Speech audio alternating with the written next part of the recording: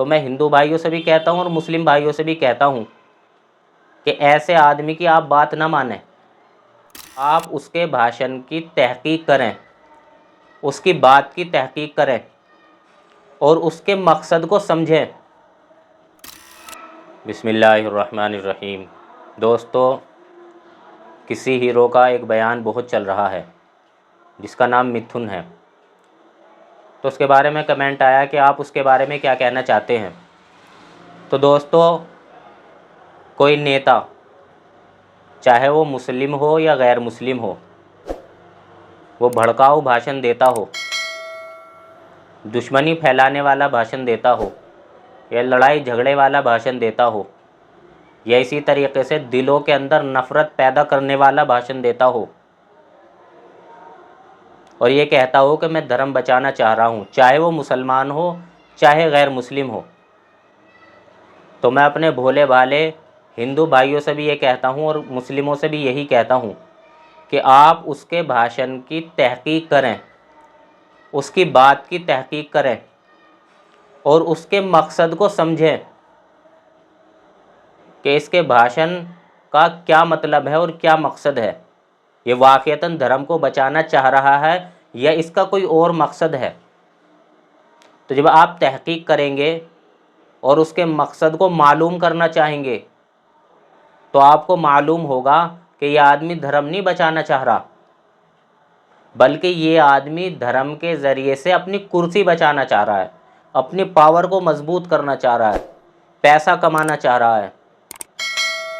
और इस पैसा कमाने के चक्कर में, कुर्सी को लेने के चक्कर में, पावर लाने के चक्कर में ये चाहता है कि चाहे मुझे दुश्मनी करनी पड़े, किसी को मारना पड़े, पीटना पड़े, घसीटना पड़े, किसी को जान से मारना पड़े, दुश्मनी कितनी फैलानी पड़े मैं फैलाऊंगा, लेकिन मेरा मकसद सिर्फ़ कुर्सी है। जिसका मकसद सिर्फ़ कुर्सी हो और अपनी पावर हो और अपना पैसा हो, तो मैं हिंदू भाइयों से भी कहता हूँ और मुस्लिम भाइयों से भी कहता हूँ कि ऐसे आदमी की आप बात ना मानें। ये लोग चाहे मुस्लिम हो गैर मुस्लिम हो, दूसरे लोगों के दिलों के अंदर नफ़रतें पैदा करके कि तुम लड़ने में लगो, झगड़ने में लगो और आपस में मारने पीटने में लगो, कत्लो क़िताल में लगो और देखो मैं अपनी कुर्सी पे कैसे जमकर बैठूंगा। और ऐसे लोगों की बातों में दूसरे जो भोले भाले हैं गैर मुस्लिम हिंदू भाई, वो उनकी बातों में आ भी जाते हैं। तो दोस्तों, ऐसे लोग जो इस तरीके का भाषण देते हैं वो खुद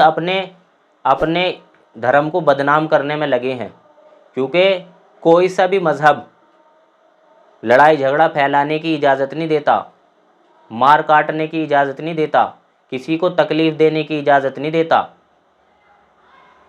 और जो आदमी ये कहता हो कि मैं तो धर्म के नाम पर ही ऐसा करूँगा, तो इसका मतलब ये है कि उसने धर्म को समझा नहीं,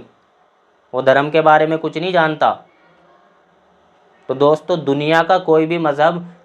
इस तरीके की दुश्मनी फैलाने की बात या लड़ाई झगड़े की बात या नफ़रतें फैलाने की बात दुनिया का कोई भी मज़हब नहीं करता। और जो आदमी इस तरीके का करेगा और मज़हब का नाम लेगा, तो इसका मतलब ये है कि वो मज़हब से कोसों दूर है